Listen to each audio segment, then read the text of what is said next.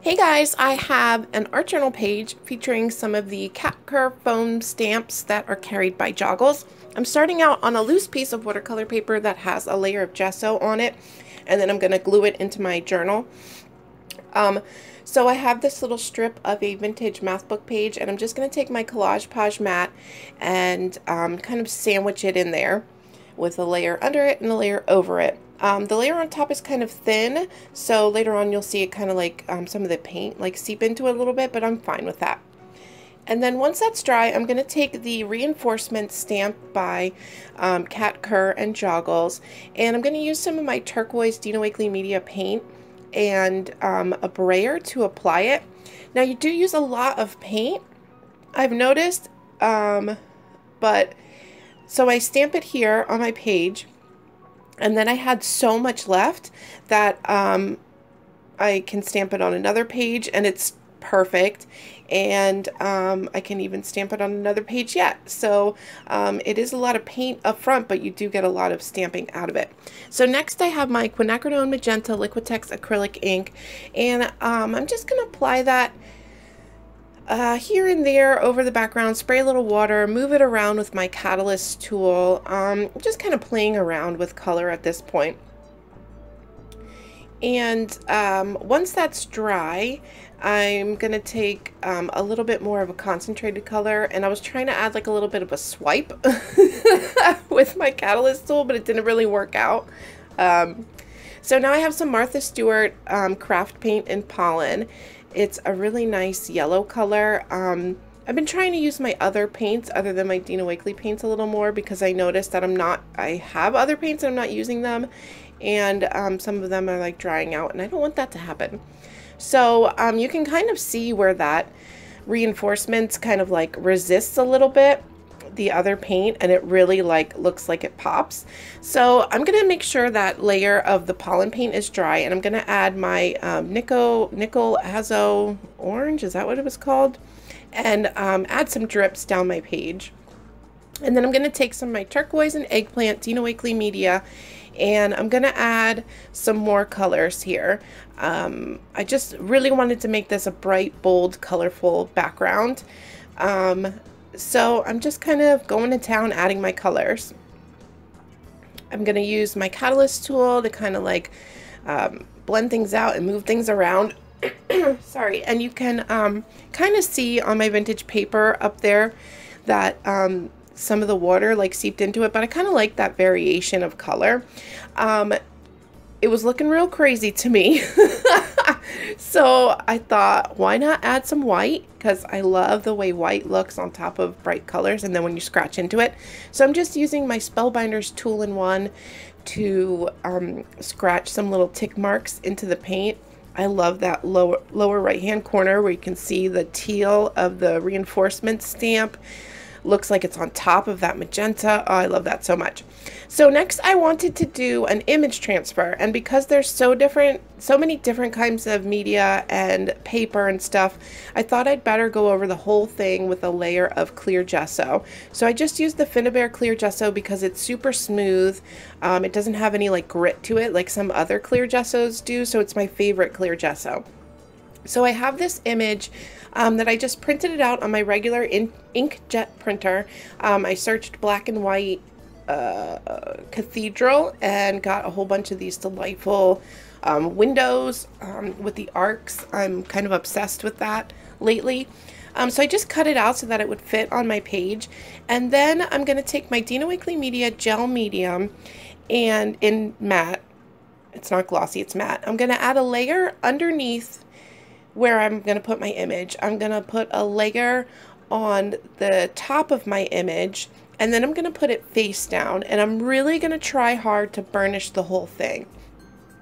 I'm going to use my hands and my fingers to burnish it. I want to make sure that I get a really good connection between the printed paper and the bottom paper, and because there's so many different layers, I want to really make sure that I do my best to kind of make sure there's that connection between the whole thing.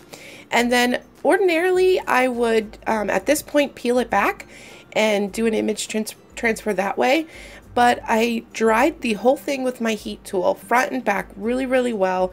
I probably should have just let it dry naturally, like air dry, because it seems to work better when you let it air dry, but who's got time for that?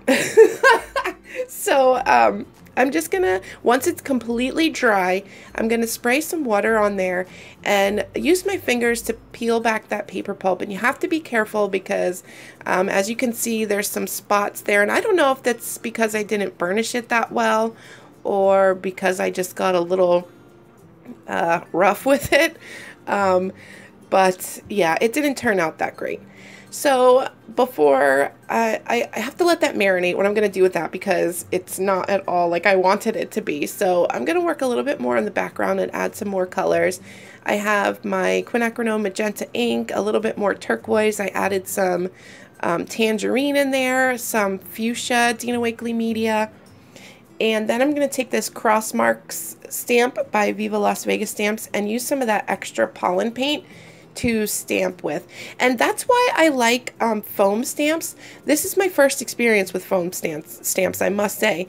But you can use them with your ink pad, but then they stamp so well with paint.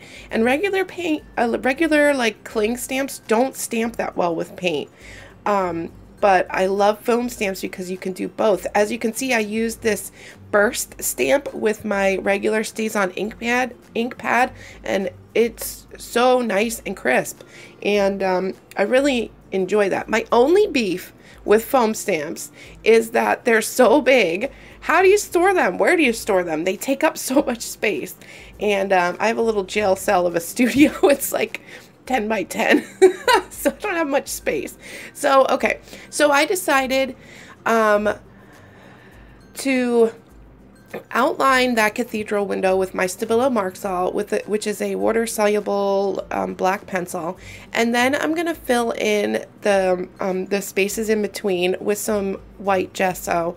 And the gesso, when you touch that Stabilo, the line of the Stabilo, it kind of like melts in and makes a really nice shadow. I just love the way it looks when you add gesso, and it kind of like fades into the white. So I just went over the whole thing, and I really, really like the way that turned out then. So I'm going to take now one of these Tim Holtz, are they called cabinet cards? Found Relatives, I think that's what they're called. I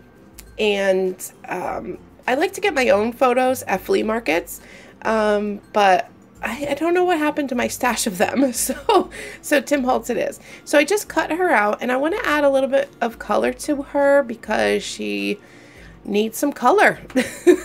So I'm just taking some blushing by Dina Wakley Media, and my card already had a layer of clear gesso on it.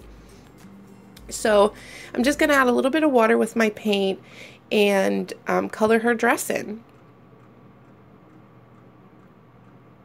And then I'm also going to take my Stabilo and kind of add some shadows in. The color was looking very like flat and one-dimensional. So I just added really, really light touches of the Stabilo and kind of blend that out with my pencil or my paintbrush. And then I decided to finish off my page. I needed a Kat Kerr quote stamp, because why not, right? She also has a line of stamps with Viva Las Vegas Stamps, and this is by Viva Las Vegas Stamps, and it's a quote by her.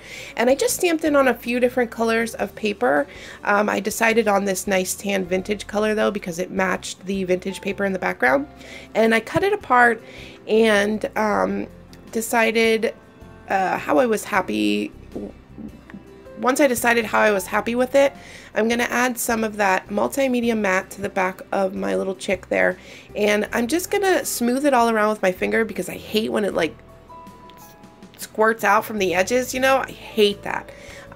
So I find that if you like smooth it around with your finger, it kind of keeps that from happening. And then the glue that was left on my finger, I'm just going to use that to glue down my little word strips there. And I don't remember what it says. We'll find out together when we see the still photos. So My favorite thing to do lately is add some gold foil with a Yoo-Hoo glue stick. So I'm just going to take like the side of the glue stick and rub it along the side of the window. And then I'm going to take my gold foil. This is by Speedball. It's the Mona Lisa gold foil. And I'm just going to take some of the extra scraps I have and add them to my glue. And then I can peel back the excess where the glue stick isn't, and it makes such a nice, like, grungy kind of gold foil. I love it so much. And I put it only on the side, and then I decided I needed it all over. So I'm just gonna add some more to the rest of it. So then that's basically it for my page. I will link down below to Kat Kerr's foam stamps she has with joggles, and I'm selling this original piece on my Etsy, so that'll be listed down below also. And thank you so much for watching. Bye bye, guys.